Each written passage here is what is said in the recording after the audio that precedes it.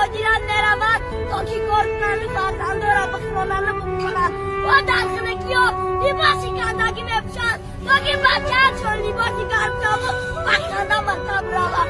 دستگاهی که هم پایافزاری کندگی میپوشند تا که دخترکشان پایافزاری نپوشود و خنده مکتب رود. درس کنندها کار میکنند مهنت میکنند عرابه میکشند تا که پدر و مادر گرسنه نماند در دیدن خونه یگان کس ممکن نشود و صدقه نام بزرگی پدرها شود که جوانی شپیدای فرزندها کردند تا که فرزندها بزرگ شوند دستیاری پدر نامبردار شود. ما میگویم نامی زیبای پدر با سیموزر باید نبید خوب و عالی و عیاری اینا خبر باید نبید.